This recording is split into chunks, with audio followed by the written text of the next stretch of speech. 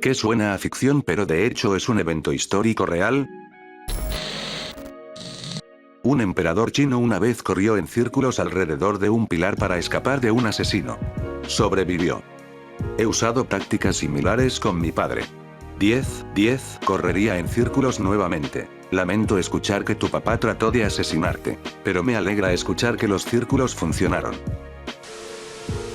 Un tipo en Australia decidió que quería cazar conejos, pero los conejos no viven en Australia, así que lanzó como 12 en su patio trasero y ahora hay un montón de conejos en Australia. Algo similar sucedió con las cabras. 3 cabras convertidas en 250,000 en una isla, así que entraron y las mataron a todas. Editado. Para aclarar las cosas, la isla tenía muchos animales que no se encontraban en ningún otro lugar, que estaban muriendo de hambre debido a que las cabras comían toda su comida.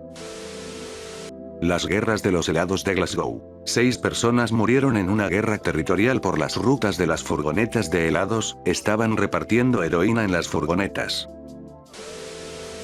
En 2007, un parapente, es como un paracaidista, quedó atrapado en la corriente ascendente de 2 tormentas eléctricas y se elevó a una altitud de 10 kilómetros. Aterrizó 3 horas y media más tarde, a unos 60 kilómetros al norte de su posición inicial, habiendo sobrevivido al frío extremo, los rayos y la falta de oxígeno. Imagina lo horriblemente aterrador que sería eso. No recuerda mucho de eso ya que cayó inconsciente con bastante rapidez. Si recuerdo bien recuperó la conciencia cuando volvió a bajar a 3500 metros. Imagina cuán horriblemente aterrador sería eso. De verdad, imagínate despertarte a 2 millas de altura. En el siglo XIX había vendedores ambulantes en Egipto que vendían momias egipcias antiguas. Simplemente las alineaban en una esquina y las vendían como si fueran paraguas en un día lluvioso. Los turistas ingleses las comprarían para mostrarlas como rarezas. Si fuera solo para mostrarlas. También se las comían porque creían que funcionaban como medicina. También las desmoronaban y las usaban en pigmentos para pintura, en específico, marrón momia.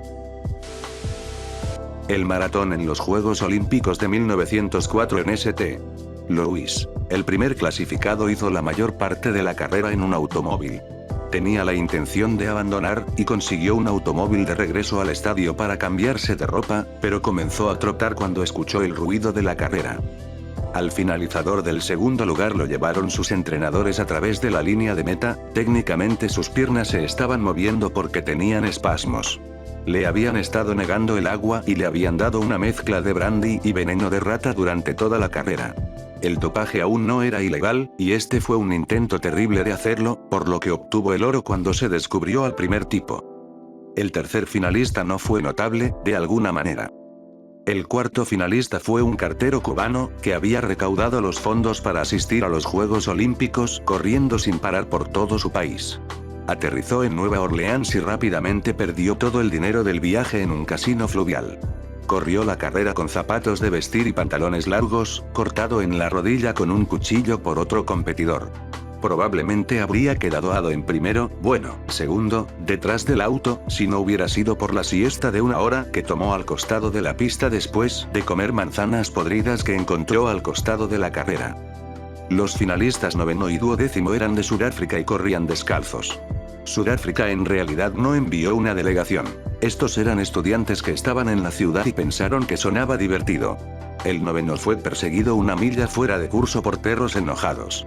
Nota: estos son los primeros africanos en competir en cualquier evento olímpico moderno. La mitad de los participantes nunca antes habían corrido de manera competitiva. Algunos murieron. Solo hubo una parada de agua en toda la carrera. Esto, junto con el camino polvoriento, condujo a las muertes anteriores. Y sin embargo, de alguna manera, el tipo del veneno de rata sobrevivió para obtener el oro. La delegación rusa llegó una semana tarde porque todavía usaban el calendario juliano. En 1904. En serio. Esto necesita ser una película. Una ciudad en Francia casi se bailó hasta la muerte en 1518 debido a una plaga de baile. Una teoría interesante es que habían consumido ergot, un hongo psicoactivo que puede crecer en los granos en ciertas condiciones. Sin saberlo, horneaban este grano contaminado en su pan de cada día y, como resultado, estaban constantemente drogados. Creo que el mismo hongo se postula como fuente de los juicios de brujas de Salem. Francia drogada. Danzan hasta la muerte. América drogada. Ahorca a todos como brujos. Esta plaga de baile es la trama del video musical del Party Rock Anthem del MFAO. A medida que la peste danzante empeoraba, los nobles preocupados buscaron el consejo de los médicos locales, quienes descartaron causas astrológicas y sobrenaturales, y en su lugar anunciaron que la peste era una enfermedad natural causada por sangre caliente. Sin embargo, en lugar de prescribir sangrado, las autoridades alentaron a más baile e incluso construyeron un escenario de madera. Las autoridades hicieron esto porque creían que los bailarines se recuperarían solo si bailaban continuamente día y noche. Para aumentar la efectividad de la cura, las autoridades incluso pagaron por los músicos para mantener a los afectados en movimiento. La estrategia fue un desastre. Después de que se aplicaron esas políticas, la enfermedad experimentó un crecimiento dramático. Realizar bailes en más espacios públicos facilitó la propagación del contagio psíquico. Buena estrategia, chicos. Me gustaría conocer al médico que descartó causas astrológicas y sobrenaturales. Oh chicos, lo comprobé, y seguramente no es un encantamiento del diablo, tampoco es el dios de la danza Terpsícore, ni es la alineación de Mercurio y la Luna, también estoy bastante seguro de que no es una bruja ni un brujo. Jack, un babuino que trabajaba cambiando las señales del ferrocarril. Después del escepticismo inicial, el ferrocarril decidió emplear oficialmente a Jack una vez que se verificó su competencia laboral. Al babuino le pagaban 20 centavos al día y media botella de cerveza cada semana. Se informa ampliamente que en sus 9 años de empleo en el ferrocarril, Jack nunca cometió un error. Me pregunto cómo fue esa negociación salarial, ¿verdad? ¿Cómo pensaron darle solo media botella de cerveza en lugar de una botella completa o un cuarto de botella? El gran hedor de Londres en 1858. Un verano, el calor secó el río Támesis, donde se echaban todos los desperdicios humanos, y un olor insoportable se extendió por toda la ciudad. Todos los representantes del Parlamento finalmente fueron obligados a abandonar sus hogares fuera de Londres para reunirse y resolver el problema. Para alegría de los ciudadanos, el Parlamento se reunió en su edificio en la orilla del río Támesis, lo que resultó en una de las decisiones más rápidas del Parlamento para reformar el sistema de alcantarillado de Londres. Y el tipo que habían diseñado para el sistema lo hizo tan bien, que la mayor parte de su planificación todavía está en su lugar hoy. Con pocas mejoras modernas.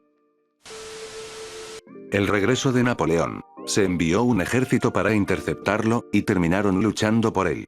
Si se mostrara en una película, la mayoría de la gente lo habría considerado cursi y poco realista. El ascenso y la caída de Alejandro Magno.